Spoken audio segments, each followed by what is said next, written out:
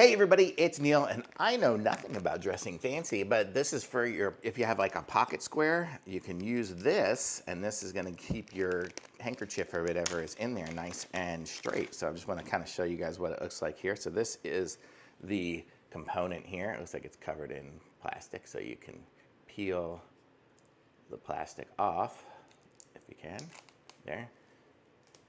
Then it looks prettier on that side, and it looks like the other side peels off too, but I don't need to do that right now. But so the goal is this will stick into your pocket, but you'll have your handkerchief. This is not a handkerchief, but it will be folded up appropriately and do whatever it needs to do to have it folded over so you don't see this, component, whatever it is. However it folds, and then it sticks into your pocket, and it'll stay nice looking and square, and so it won't be flopping all out or sinking back in your pocket and stuff like that. So you have the ability to fold up your little handkerchief or corner or whatever you call those things, and pocket square, and put it in there. So that's kind of cool. So it's a nice little device. So if you're into dressing fancy and want to do that, it's this nice plastic light.